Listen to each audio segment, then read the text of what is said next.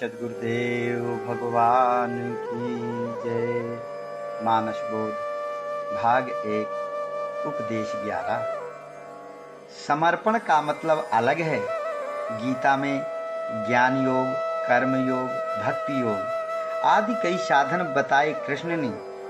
अंत में समर्पण के लिए कहा। तो अर्जुन कोई आदमी था, पहले से ऐसा ठीहा न बना लो अपने मन में। अनुराग को अर्जुन कहते हैं। अगर हमारे या तुम्हारे अंदर अनुराग है परमात्मा के लिए, तो हम तुम भी अर्जुन कहे जाएंगे। और कृष्ण है तुम्हारा गाइड, जिसे तुमने समर्पण किया है। परमात्मा किसी व्यक्ति विशेष का नहीं होता, वह सब के लिए है। हर एक से उसकी समान निकटता है, समान दूरी है। इस दृष्टि से जब कोई बात साधक के समझ में नहीं आ रही है, वह कई तरह से बता रहा है कि यह डाल पकड़कर चढ़कर आ जाओ, यह भी समझ में नहीं आया। फिर कहा अच्छा यह रस्सी पकड़कर चढ़कर आ जाओ, वह भी समझ में नहीं आया। तो जब कोई तरीका नहीं समझ में आया, तो अंत में कहा मामेकम शरणम ब्रज, मेरी शरण में हो जाओ। अब तुम अपना अस्तित्व खत्म करो और कह दो कि अब मैं आपका हूँ, मेरा मुझ में कुछ नहीं रह गया। अब आप जाने, चाहे नरक में डालें चाहे स्वर्ग में बैठा दे, मैं कुछ नहीं जानता। अब न मेरा अंतःकरण मेरा रह गया, मेरा शरीर मेरा नहीं रह गया, सब आपका है। जब ऐसा हो गया, सब इष्ट को सौंप दिया, तो उसे कहते हैं शिष्य। अर्जुन कहता है श्री कृष्ण से कि शिष्यस्तेहम साधिमाम त्वाम प्रपन्नः, मैं आपका शिष्य हूँ, आपकी शरण में हूँ, मेरी रक्षा करिए। तब जो उसके समर्पण को स्वीकार करता है, गुरु स्वरूप श्री कृष्ण को कहना पड़ेगा कि योगक्षेहम वहाम्यहम। और अगर समर्पण नहीं होगा, जिस अंग का, उस अंग की रक्षा नहीं कर सकता। इसलिए संपूर्ण समर्पण हो, तब फिर वही परमात्मा का रंग उसमें चढ़ जाता है। इसलिए अर्जुन की जरूरत है। हमें इस शरीर को रथ बनाना है, इंद्रियों को घोड़ा बनाना है और आत्मा को, गुरु को अपना गाइड बनाकर लगाम पकड़ाना है। तो इष्ट के प्रति जो अनुराग है अपना, वह अर्जुन है, उसकी विजय होगी। और करने वाला कोई दूसरा बैठा है, उसने तो लगाम सौंप दी है उसके हाथ में। और अगर स्वयं करता है तो फिर ईगो आए बगैर मानेगा नहीं। फिर यह अहिरावण विभीषण का रूप बनाए बगैर मान नहीं सकता। तो अपने हम मालिक न बने, मालिक बना दें दूसरे को, परमात्मा को, गुरु को, तो फिर कैसे आएगा? अहंकार अहिरावण फिर विभीषण का रूप धारण कर नहीं आ सकता। वह तो हमारी गलती से हुआ, साधक की गलती से। और गलती ही गलती को पैदा करती है। जब हम दुर्गुणी हो जाएंगे तो दुर्गुण आ जाएंगे, जब सद्गुणी हो जाएंगे तो सद्गुण आ जाएंगे। इसलिए यह तरीका ठीक नहीं। तरीका यह ठीक है कि न रहे बांस न बंसी बाजे। हम भगवान को सौंप दें, वह करे, हमारा हम नहीं करते। यह सबसे अच्छा तरीका है। और फिर अगर बौद्धिक स्तर से कोई तरीका निकालते हैं, तो एक ही तरीका है कि पहले हम दुर्गुणों को मारें, हम भी धक्का खाएं, इन्हें भी धकियाते चलें। और जब देखें कि दुर्गुण खत्म, तो सद्गुणों की पलटन को बुलाकर 22 नंबर फालन करें और कहें कि भाई, जिस घाट से ये तुम्हारे दुश्मन उतर कर चले गए, उसी में तुम भी निकल जाओ। अब जब दुश्मन रह नहीं गए, तो मैं पलटन क्यों चढ़ाऊं? क्या जरूरत है तुम्हें भर्ती रखने के लिए? भागो सब। इस तरह से दुर्गुण खत्म होते ही जल्दी से जल्दी सद्गुणों का भी त्याग कर देना चाहिए। यह त्याग का त्याग हो गया। जब दुर्गुणों को छोड़ा तो त्याग हुआ, अब सद्गुणों को भी छोड़ दिया तो त्याग का त्याग हो गया। त्याग का त्याग हो गया तो सर्कुलेशन से ऊपर उठ जाएंगे। तो फिर इसमें बीच में आकर हम पिसेंगे नहीं। ऊपर रहेंगे थोड़ा सा, यह बौद्धिक स्तर का साधन है। और वैसे तो अपनी बुद्धि से समर्पण ही ठीक है। भगवान अगर है तो मनुष्य के अंदर है, और मनुष्य इतना पागल थोड़े है। मनुष्य झूठ को सही और सही को झूठ बनाता है, लेकिन अपने स्वरूप को नहीं जानता। यह उसमें कमी है। अगर अपने को जान जाए तो खुद आला ताला हो सकता है। अपने को नहीं जानता और अपनी खूबियों को दूसरे से बताने में लगा रहता है। उसका मूवमेंट, झुकाव उधर ही रहता है, बाहरी दुनिया की ओर। और यही सबसे बड़ी भूल है। इससे भगवान छूट जाता है। गोस्वामी जी कहते हैं, या ही ते मैं हरि ज्ञान गवायो, परिहरि हृदय कमल रघुनाथ ही, बाहर फिरत विकल भयो धायो। गीता में भी जगह जगह लिखा है, देहेस्मिन् पुरुषः परः, और ईश्वरः सर्वभूतानां हृद्देशे अर्जुन तिष्ठति। इसलिए सही चीज बताने पर भी लोग सही की ओर नहीं जाते और सही का गलत अर्थ समझ लेते हैं। गीता के हर अध्याय में श्री कृष्ण ने अर्जुन को अलग तरीके बताए हैं। अर्जुन, तुम इस तरह से यह करो, तुम अब ऐसा करो, ऐसा करो। ज्ञान कहा, कर्म कहा, योग कहा, कई तरह से बताया, लेकिन 18वें अध्याय में बताया कि तुम मुझे समर्पण कर दो, फिर मैं देख लूँगा। लेकिन फिर तुम अपना मन लेकर कहो कि हमें वहाँ जाना है, तो अब तो तुम्हारा सब कुछ तुमने समर्पण कर दिया। अब न तुम्हारा शरीर रह गया, न टंगड़ी रह गई, न मन रह गया। यह समर्पण तो बहुत सोच समझकर किया जाता है। समर्पण सहज नहीं है। समर्पण बहुत हायर लेवल की डिग्री है। समर्पण जब हो जाता है तो फिर वह साधक निर्भीक हो जाता है। समर्पण के बाद जिम्मेवारी भगवान की आ जाती है। जैसे यह जीव है, विषयों में फंसा हुआ, ईश्वर की ओर चला तो एक सीढ़ी चढ़ा, फिर दूसरी, तीसरी, चौथी, पांचवी, छठवीं, सातवीं पर पहुंच गया तो ईश्वर को पा लेता है। ये सीढ़ियां भूमिका कही जाती हैं। 7 भूमिकाएं हैं: शुभेच्छा, सुविचारणा, तनुमानसा, सत्वापत, असंशक्ति, पदार्थाभावनी और तुर्यगा। ये 7 भूमिकाएं होती हैं साधना की। शुभेच्छा उसका नाम है जब साधक के मन में ईश्वर का भजन करने की इच्छा जागी और एडमिट हुआ शुरू में कि हमको ईश्वर का भजन करना है, तो अपने कल्याण की जिसे इच्छा होती है कि ईश्वर को प्राप्त करके इस संसार से मुक्त हो जाएं, माया से घृणा होती है, भगवान में लव लगती है, उस शुभ की इच्छा, वह पहली भूमिका है शुभेच्छा। और दूसरी भूमिका है कि जब हम इतना ऊपर आ गए कि हमको ईश्वर का अध्ययन करना है, संसार असत्य है, मुझे संसार से मुक्त होना है, अपना कल्याण करना है, इस पर अच्छी तरह से विचार करना, सुविचारणा। और तीसरी है तनुमानसा, मन की सूक्ष्मता में प्रवेश करें। तन, यह शरीर, और मानस, यह मन, 2 हिस्सों में बांट दिया, स्थूल, सूक्ष्म। शरीर मकान जैसा है और मन इसमें रहने वाला जैसा है। मन के अंदर सद्गुण और दुर्गुण दोनों हैं। मन इनका सदुपयोग दुरुपयोग कर रहा है, वो दिखाई नहीं पड़ते। तो साधक का काम है कि उनका पता लगाए कि मेरे मन में कौन कौन सद्गुण दुर्गुण घुसे हैं। तनु का मतलब है सूक्ष्म, तो अपने मानस की सूक्ष्म गतिविधियों को देखना है। और फिर इसके बाद चौथी आ गई सत्वापत।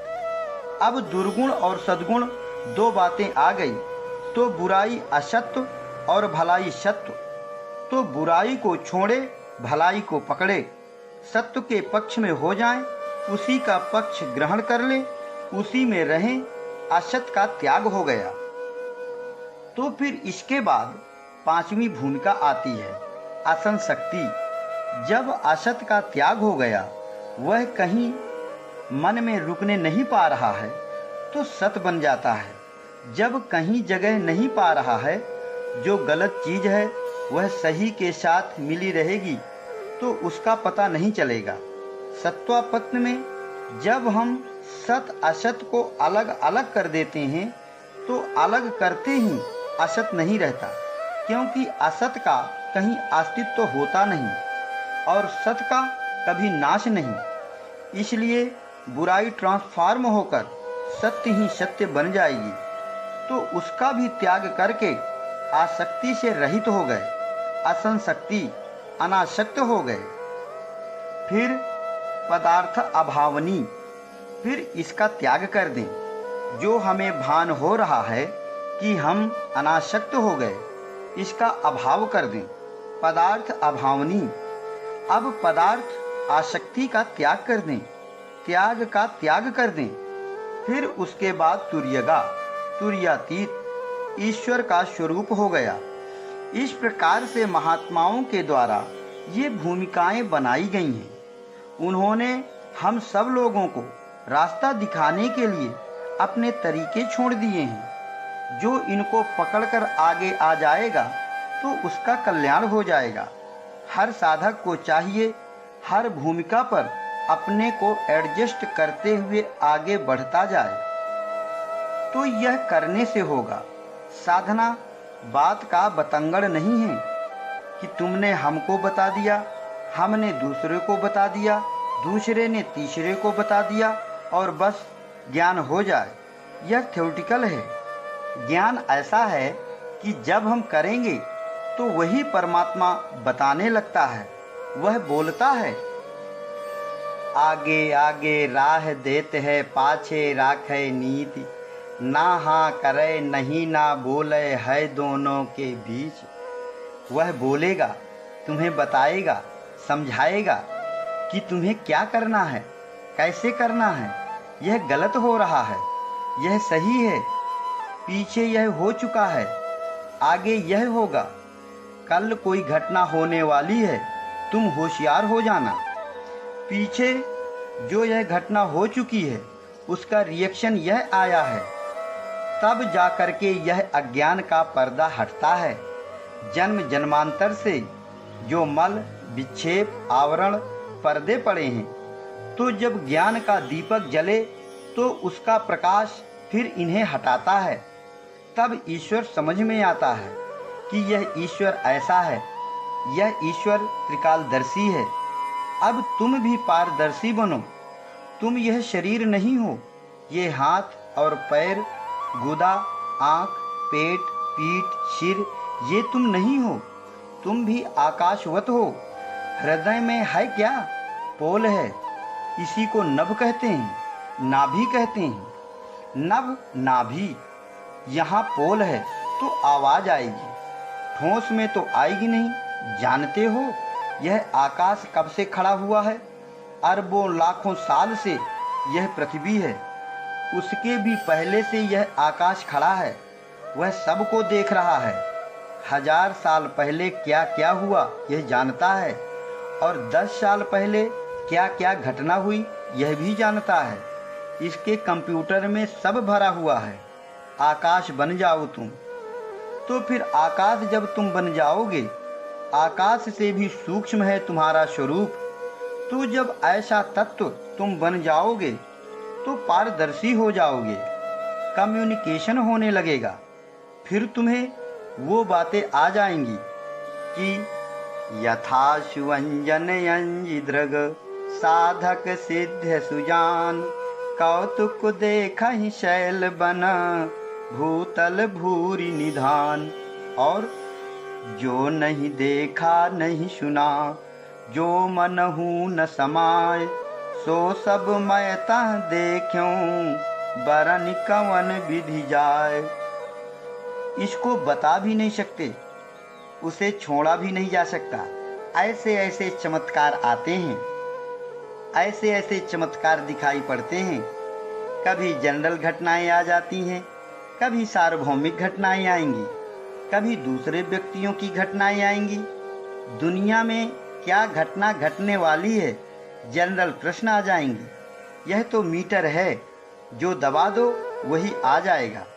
लेकिन इच्छा नहीं करना चाहिए, अनपेक्ष ही रहना चाहिए, क्योंकि परमात्मा अपने में किसी को मिलाता है तो अपनी औकात नहीं देता। परमात्मा अपने में मिला जरूर लेता है, लेकिन अपनी ताकत को, असीम ताकत को उसे बताता नहीं है। समुद्र में जो जाता है वह तैरते तैरते मर जाता है।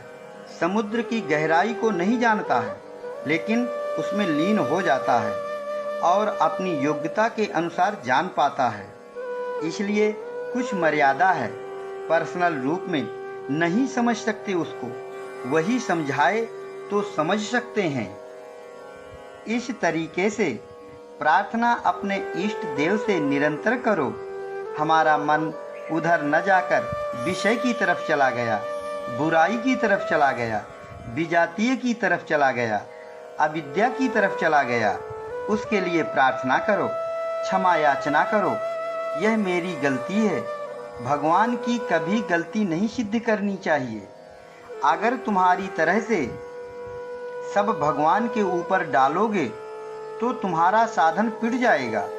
गलती जो हो वह अपनी मानी और जो लाभ हो वह भगवान का मानी। यह तरीका अच्छा है, इसमें ईगो से बचत रहेगी और साधक निरंतर लाभ उठा सकता है।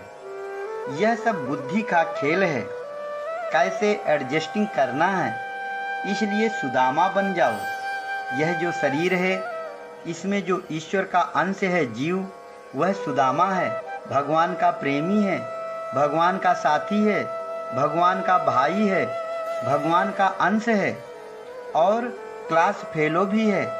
लेकिन परवश होने से, काम क्रोध मोह मद मत्सर इनके वशीभूत होने से उसकी यह कंडीशन हो गई कि एक एक दाना दाना को भटक रहा है।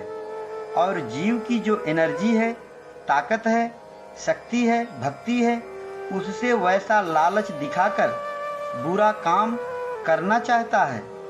यह कहानी सुनी देखी होगी। उसकी पत्नी कहती है, अरे जाओ भगवान के पास, नहीं तो मर जाओगे। तो वह रोता है, कैसे जाऊं, मेरे पास तो कुछ नहीं है। तो संसार में नाना प्रकार की अपनी इच्छाओं की पूर्ति के लिए जीव अपनी एनर्जी का उपयोग करता है। तब वही आत्मा परवश हो जाती है। फिर काम क्रोध लोभ मोह उसे मार मार कर हलवा बना देते हैं। वह ईश्वर का अंश जो अविनाशी है और चेतन अमल सहज सुख राशि है, सो माया बस परेव गुसाई, बंधेव कीर मरकट की नाई। तो उसकी शक्ति है और उसकी भक्ति। इसकी पत्नी कहती है कि जाओ, वही तुम्हारी दरिद्रता दूर होगी, लेकिन उसकी हिम्मत नहीं पड़ती। भगवान तो कहते हैं कि सन्मुख हो ये जीव मुहि जबहि, जन्म कोटि अघ नासंग तबहि। सन्मुख कैसे हो? सन्मुख है वह काम क्रोध के। तो भगवान के सन्मुख होने में तो दिक्कत जा रही है, और जब चल देता है तो स्वरूप में समाहित हो जाता है। तो सिद्धांत क्या कहता है? ईशावास्यमिदं सर्वं यत् किंचित जगत्याम जगत। ईश्वर सर्वत्र है, हर जगह है। वह काल करके, देश करके अबाधित है। पहले था, अब नहीं है, यह उसमें नहीं होता। वह पहले भी था, अब भी है, आगे भी रहेगा। काल करके बाधित नहीं होता ईश्वर, वह सर्वत्र है। यह सिद्धांत है। और अगर कृष्ण को तुम द्वापर का मानते हो तो अब नहीं है, यह काल करके बाधित होने का दोष आता है। इसलिए ऐसा दोष नहीं आना चाहिए। तो फिर ऐसा कौन तरीका है कि ऐसा दोष ना आए? वह निरवयव का तरीका है। भगवान कृष्ण कहाँ हुए? ब्रज में हुए। बीरज किसको कहते हैं? रज और वीर इन दोनों से जो रहित स्थान है उसे कहते हैं बीरज। उस जगह आता है भगवान, न स्त्रीलिंग न पुरुषलिंग। ऐसा स्थान है अंतःकरण। वहाँ क्या है? मन रूपी मथुरा है, ब्रह्म ज्ञान रूपी वृंदावन है। कंठकूप से श्वासा जब सम होती है तो अमृत बरसता है, यह बरसाना है। नियम नंदगांव है, ये 4 गांव निज धाम, यह अंतःकरण है, यहाँ पैदा होते हैं। नियम माने नंद बाबा के यहाँ, जशोमति माने जश को प्राप्त होने वाली भक्ति के यहाँ पले। और पैदा कहाँ हुए? कर्म रूपी कंस के कारागृह में। कर्म इस शरीर से होता है, इसी के अंदर अंतःकरण में पैदा होते हैं। ध्यान रूपी देवकी और वसुदेव जो सब में बसा है, उसमें जब ध्यान लग गया, कारागृह में इसी काया के अंदर प्रादुर्भूत होते हैं। गुप्त रूप अवतरेव प्रभु, गुप्त रूप से अंदर ही अंदर ईश्वर का प्रादुर्भाव हो जाता है। इस तरीके से जो सत्संग यहाँ बताया जाता है वह क्रियात्मक है, करने के लिए है। अब सत्संग तो रोज करते हैं लोग, लेकिन सत्संग ऐसे नहीं होता। सत का संग ही सत्संग है। सही सत्संग कराने वाले संत सद्गुरु बिरले ही होते हैं। सच्चे जिज्ञासु सत्संग करने वाले लोग भी कोई कोई हैं। और आज जो यह जगह जगह हो रहा है सत्संग के नाम पर, इसे सत्संग नहीं कहते। यह तो सत्संग शब्द का दुरुपयोग है। लोगों की हैबिट बन गई है, सुनते जा रहे हैं।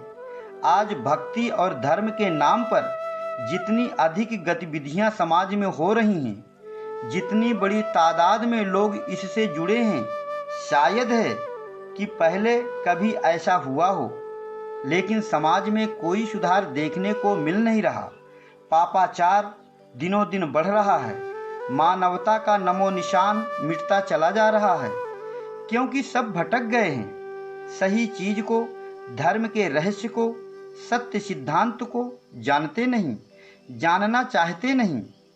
वही कबीर वाली बात है कि उधर से अंधा आवता, इधर से अंधा जाए, अंधे को अंधा मिला, रास्ता कौन बताए। तो कैसे काम चलेगा? रास्ता तो वही बताएगा जो दृष्टिवान हो, जिसने रास्ता चलकर देखा हो। तुलसीदास ने रास्ते को चलकर देखा था। एक संत सद्गुरु की उंगली पकड़कर चले थे इस मार्ग पर, इसलिए उन्होंने अपनी कविता के द्वारा परमात्म पथ की जानकारी दी है। लेकिन उस रास्ते को पकड़ते नहीं लोग, कथा वार्ता के रूप में अपना मनोरंजन करते हैं। मेरे विचार से रामचरितमानस के कहने सुनने वालों की एक कसौटी निर्धारित कर दी है गोस्वामी जी ने। जे श्रद्धा संबल रहित, नहीं संतन कर साथ, तिन्ह कहु मानस अगमयति, जिन्हि न प्रिय रघुनाथ। 3 बातें हैं: श्रद्धा, संत का संग और भगवान का प्रेम। ये अगर हो तो मानस समझ में आ सकता है, नहीं तो फिर अगम हो जाएगा। हम कहते हैं कि आजकल बड़े विद्वान जो तुलसीदास को समझने में लगे हैं, उन्हें इस बात पर भी शोध करना चाहिए कि उन्होंने अपने इस ग्रंथ को रामायण न कहकर रामचरितमानस नाम क्यों दिया है। मेरे विचार से यह मानस है। मानस अंतःकरण की बातें हैं इसमें।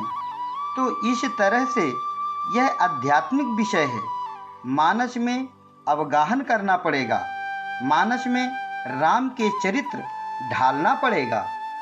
ओम श्री सद्गुरुदेव भगवान की जय।